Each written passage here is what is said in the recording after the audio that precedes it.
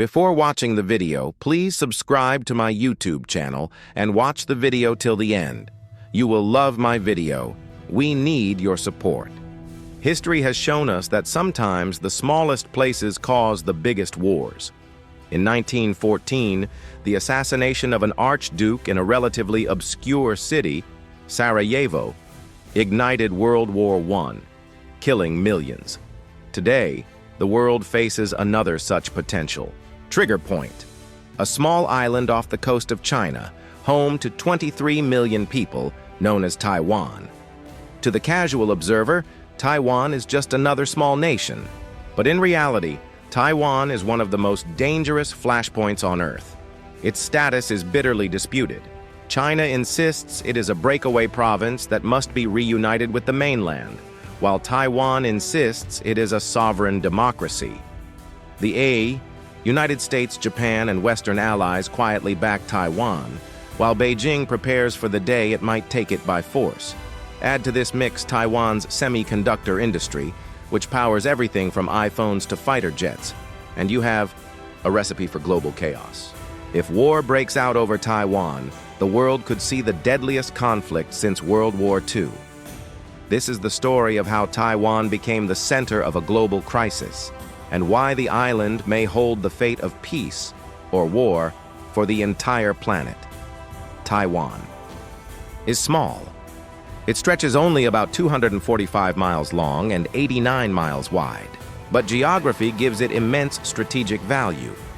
It sits just 100 miles off the coast of China, right in the heart of East Asia.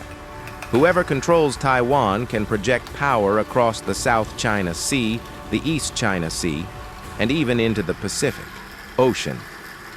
For China, reclaiming Taiwan would not only fulfill a national dream of reunification, it would also break through America's chain of military alliances that currently surrounds Beijing. For the United States and its allies, losing Taiwan to China would mean allowing Beijing to dominate Asia, threatening Japan, South Korea, and the Philippines. In other words, Taiwan is not just an island. It's a geopolitical domino that, if it falls, could reshape the entire global order. Taiwan's history is long and contested. Indigenous peoples lived there for thousands of years before Chinese settlers arrived in the 1600s. The island was briefly colonized by the Dutch and later taken over by the Qing dynasty of China. In 1895, after losing a war to Japan, China ceded Taiwan to the Japanese Empire. For 50 years, Taiwan was ruled by Tokyo until Japan's defeat in World War II, when it was returned to Chinese control. But the real drama began in 1949. After World War II, China was torn apart by civil war between the Communist Party, led by Mao Zedong, and the nationalists, Kuomintang, led by Chiang Kai-shek. The Communists won, founding the People's Republic of China, PRC, on the mainland in 1949. The defeated nationalists fled across the Taiwan Strait, establishing the Republic of China, ROC, on Taiwan. For decades, both governments claimed to be the real China.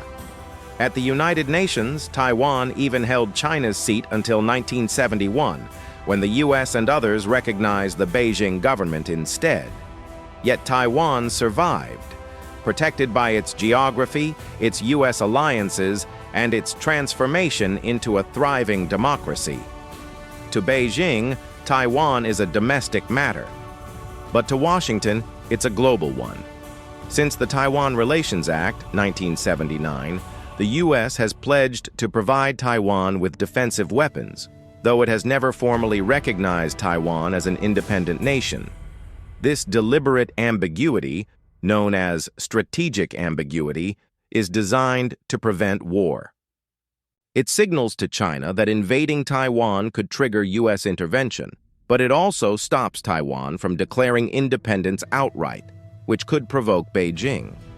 In short, America walks a tightrope, defending Taiwan without fully committing to it. Shocking fact. The United States has deployed aircraft carriers and nuclear submarines in the Pacific specifically to deter China from invading Taiwan. Taiwan is home to the Taiwan Semiconductor Manufacturing Company, TSMC, the world's largest producer of advanced computer chips. These chips power smartphones, cars, AI systems, and military hardware. If TSMC stopped producing chips due to war or blockade, the global economy could collapse overnight.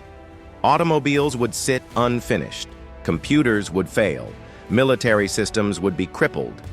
In fact, analysts call Taiwan's semiconductor dominance a silicon shield. The logic is simple. The world depends so heavily on Taiwan's technology that no one can afford to let it fall. But this also makes Taiwan a prime target. China does not want to just reclaim the island. It wants to control the crown jewel of global technology. For China, Taiwan is not just a political issue. It is a matter of national pride and survival. President Xi Jinping has declared repeatedly that reunification is inevitable and that China will not rule out the use of force. To the Chinese Communist Party, Taiwan represents the last scar of the Civil War, a symbol of humiliation that must be erased. Beijing's military modernization, ballistic missiles, aircraft carriers, cyber warfare, and hypersonic weapons is aimed largely at preparing for a possible Taiwan invasion. Shocking fact, China's military now conducts war games simulating the invasion of Taiwan almost every year, sometimes launching missiles directly over the island. If China invades Taiwan, it would be one of the most dangerous military operations in history. The Taiwan Strait is rough, and amphibious invasions are notoriously difficult. Taiwan, though small, is mountainous and heavily fortified. But Beijing has options: blockade, surround Taiwan, and starve it into submission. Missile strikes paralyze Taiwan's infrastructure. Cyber warfare, shut down power grids and communications.